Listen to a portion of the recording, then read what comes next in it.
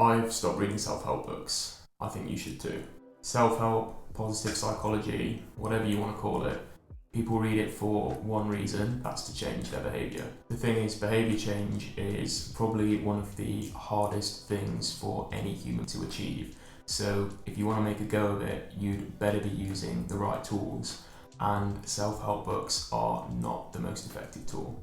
While I do think these books are somewhat helpful, I do think there are much more efficient ways to go around trying to cultivate the traits that these books preach. In this video, first I just want to go through generally the self-help industry and what a self-help book is. Then we'll go through the problems of using these books as a tool for behaviour change.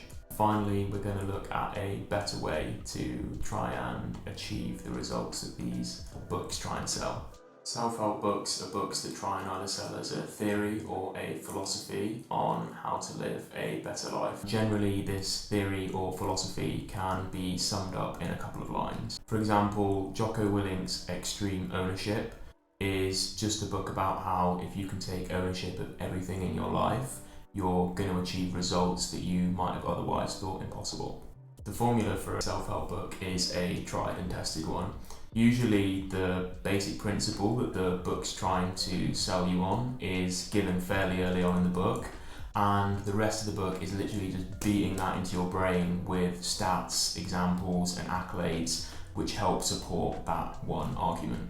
This formula serves two purposes.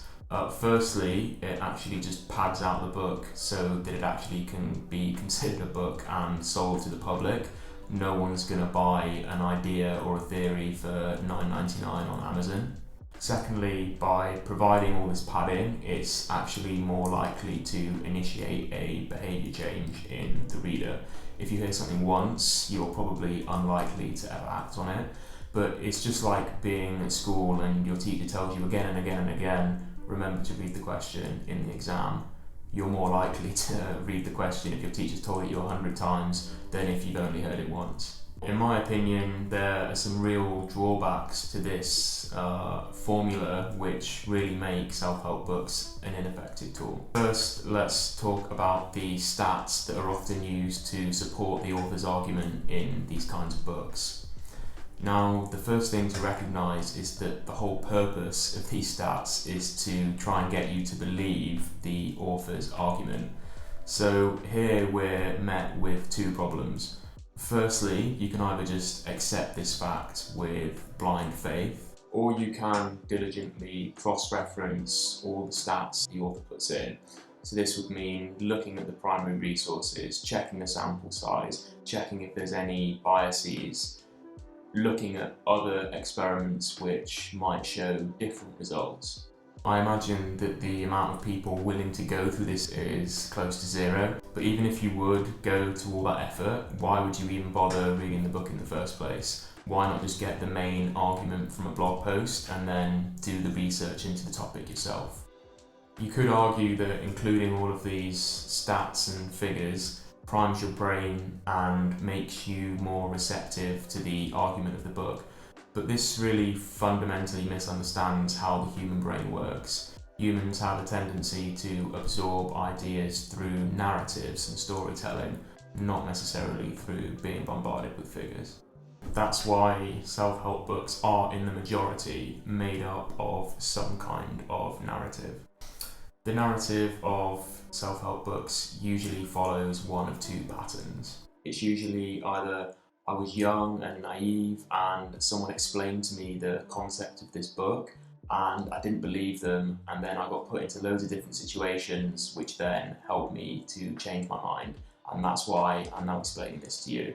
Or it's something like, I am an expert in the argument that this book is giving, here's all the times that it's helped me, now let me explain how it can help you.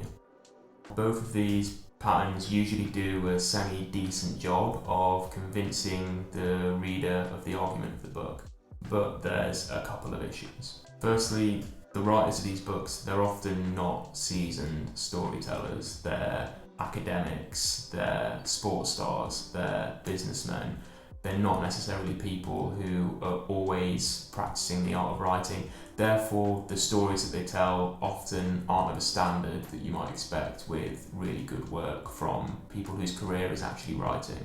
Secondly, as the structure of the book bounces between facts, figures, statistics, stories, and then the author's own personal narrative, often you don't really empathise with any of the stories being told. This is a problem because in order to deeply absorb the arguments of the book and then initiate some kind of behaviour change, you really need to be deeply involved with the story that's being told. Now we've sufficiently bashed the self-help industry, showing that perhaps the narratives aren't as strong as they could be and the facts that are given in these books are kind of pointless. I want to maybe give you a better way to help absorb the same arguments but in a way that's going to serve you well. So I'm going to talk you through this better way by using Angela Duckworth's Grit as an example. Just as a little disclaimer, I have actually read the book and it's not bad at all. I just think there's a much better way to absorb and understand the principles of grit. So firstly, if someone recommends me a book to read in this genre, the first thing I'm going to do is actually just read a blog post to try and understand the main argument.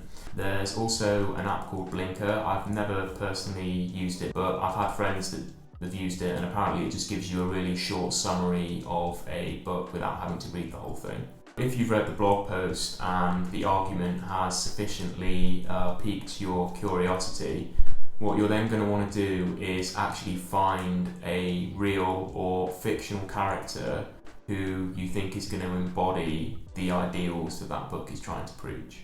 So if you like the idea of extreme ownership, rather than actually reading the book by Jocko Willink, why not try To Kill a Mockingbird and study the character of Atticus Finch, who just shows extreme concern and ownership of things that others consider out of his control. Likewise, if you like the idea of Start With Why by Simon Sinek, why not just study Steve Jobs? Walter Isaacson's wrote an incredible biography of him, and he's someone who really embodies that idea of starting with why. In our example of grit, I'm going to be using Irving Stone's biography of Michelangelo, who was really known for just having a frenetic determination when creating his art. These kinds of books are generally a bit longer than perhaps the self-help books, but I would recommend reading them for a few really crucial reasons. Firstly, they're just funner to read. Generally, these books are written by people whose career has been made through writing words, so they often do a far better job of involving the reader in the stories and the characters. Plus, you might also learn a whole load of background stuff about the period that the book might have been set in or other characters. For example, reading The Agony and the Ecstasy, I learned a load about high Renaissance art, which is something I had no idea about before. So just really useful things like that you can pick up from these books. Also, because they're more engaging, you really do feel a lot more empathy for the character and really get involved in their position. And as a result of this, I think their traits are more likely to permeate through.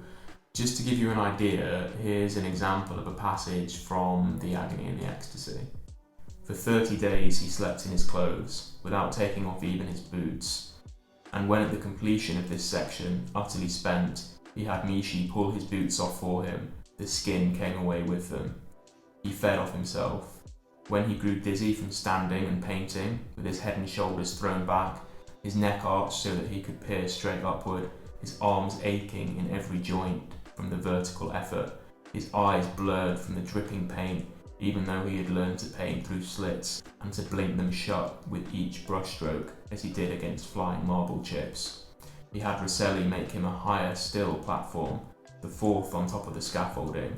He painted sitting down, his thighs drawn up tight against his belly for balance, his eyes a few inches from the ceiling, until the unpadded bones of his buttocks became so bruised and sore he could no longer endure the agony. From reading these kinds of prose, you really get such a better idea about what grit really looks like. You really understand the pain that these high grit individuals must go through in order to bring their creations to life. This is what I like. It doesn't just paint everything as rosy or fairies or flowers. This really showed me how painful life must be for somebody who exhibits a lot of grit. Finally, because the traits are explained in a more subtle way, your brain is actually more open to the idea of receiving it, rather than just being told again and again and again, this is a great way to live, this is a great philosophy to have. You're actually absorbing it in a slightly different way through empathy with a character. I think that really makes behavioural change far more likely.